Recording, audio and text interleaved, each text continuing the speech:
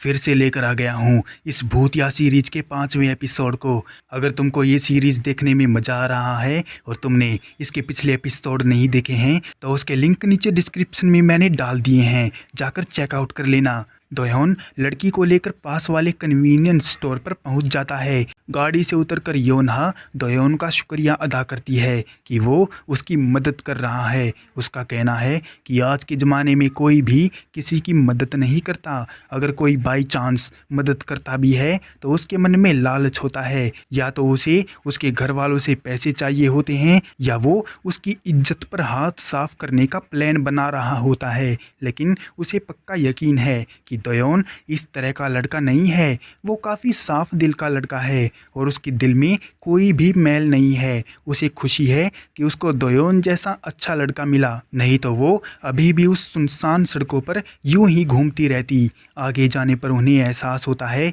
कि बारिश की वजह से कन्वीनियंस स्टोर बंद है, तो वो पास वाले होटल में जाकर रुकने का प्लान बनाते हैं, क्योंकि बारिश भी काफ़ी तेज़ हो रही थी और इतनी बारिश में बाहर रुकना ठीक नहीं था। इसलिए वो होटल में एक कमरा बुक कर देते हैं। कमरे में जाते ही योनहा बिस्तर पर कूद पड़ती है और वो काफ़ी खुश होती है नरम बिस्तर पर लेटकर। उसकी ये हरकतें देखकर दोयोन काफ़ी ज़्यादा हैरान हो जाता है और कहता है, क्या तुम बस इस बिस्तर के लिए यहाँ पर आई हो? इसके जवाब में लड़की कहती है कि उसे काफ़ी टाइम हो गया है नरम बिस्तर पर लेटे हुए और उन सड़कों पर ये बिस्तर उसे बहुत याद आ रहा था।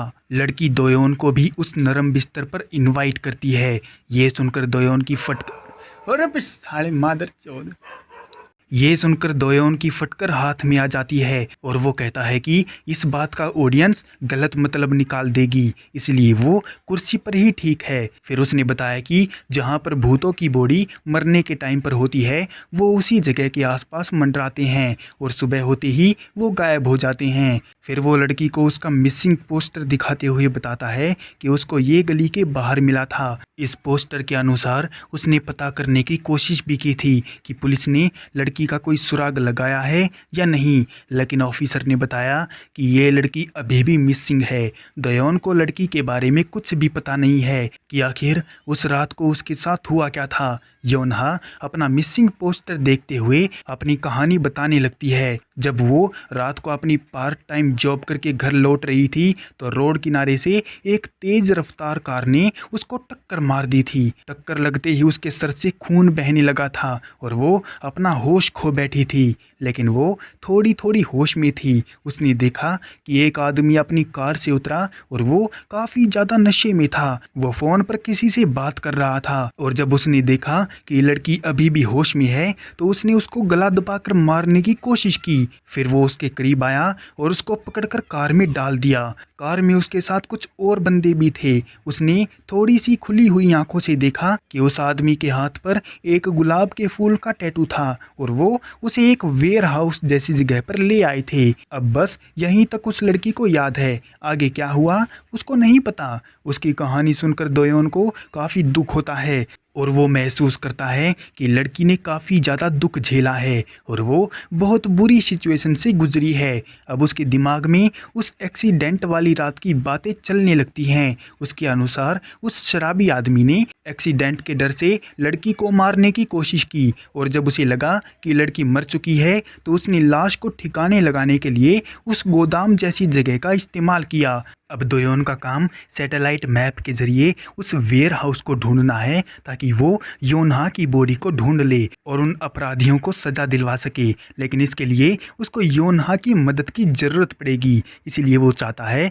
उसके घर वाले भी इस प्लानिंग में उसका साथ दें। दोयोन उसके घर वालों की जानकारी मांगने लगता है तो लड़की बताती है कि काफ़ी टाइम हो गया है वो अपने परिवार के बारे में कुछ भी नहीं बता सकती है। दोयोन उसको बताता है कि उसने आसपास के अड़ोस पड़ोस में भी इन्वेस्टिगेशन की थी और उन्होंने बताया था कि वो अपनी बेटी योनहा को काफ़ी ज़्यादा मिस कर रहे थे और इस घर में रहना उनके लिए काफ़ी ज़्यादा परेशानी भरा हो गया था। बार बार उनको अपनी बेटी की याद आ रही थी। इसीलिए मजबूर होकर उन्होंने इस घर को छोड़ दिया और रहने के लिए दूसरे घर में चले गए। और दोयोन चाहता है कि वो एक बार अपने परिवार वालों से मिल ले ताकि उनको भी थोड़ी शांति मिल जाए। उसके इतने सारे एफर्ट देखकर लड़की की आंखों में आंसू आ जाते हैं, क्योंकि ये लड़का बिना किसी फायदे की उम्मीद के उसकी मदद किए जा रहा है। लेकिन इस बेचारी को क्या पता कि ये तो खुद ही इस गेम में फंसा हुआ है, जिसकी करैक्टर वो खुद है और ना चाहते हुए भी उसको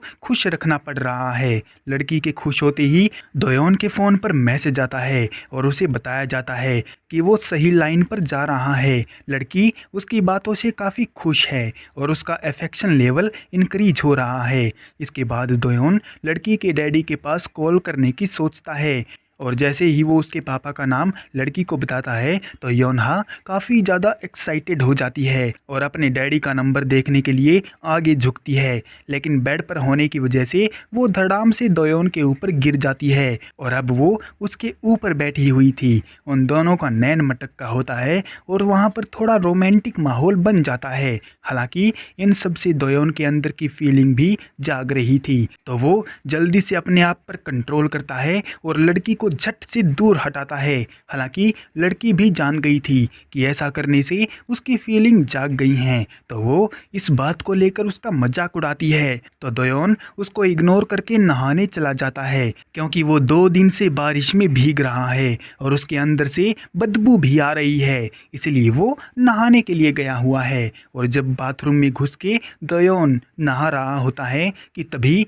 उसके मोबाइल पर उसके दोस्त स्काजे का कॉल आता है। लड़की उठकर देखती भी है और उसे पता भी चल जाता है कि लड़के के फ़ोन पर किसी का कॉल आ रहा है। योनहा उस कॉल को अटेंड करने का सोच भी रही थी, लेकिन वो अपने आप को रोक देती है। वहीं दूसरी तरफ हम उसके दोस्त स्काजे को देखते हैं, जो अभी भी कॉल करने की कोशिश कर रहा था, पर अचानक से हमको कुछ खून के धब्बे दिखाई देते हैं और वहाँ पर हो रही आवाज़ों से स्काजे काफ़ी ज़्यादा डर जाता है, क्योंकि वो जानता है कि मुसीबत उसके पास आने वाली है। फिर हम उल्टे हाथ पैरों से चलती हुई भूतनी को उसके पास आते हुए देखते हैं, जिसके काफ़ी गंदे कपड़े और उसकी बॉडी पर छोटी छोटी मकड़ियाँ चल रही होती हैं। वो देखने में काफ़ी ज़्यादा डरावनी लग रही थी। वो बोल रही थी कि स्काजे उससे दूर क्यों भाग रहा है, जबकि उनको तो डेट पर जाना है। इतना बोलकर वो भयानक चुड़ैल अपनी जीभ निकालकर जोर जोर।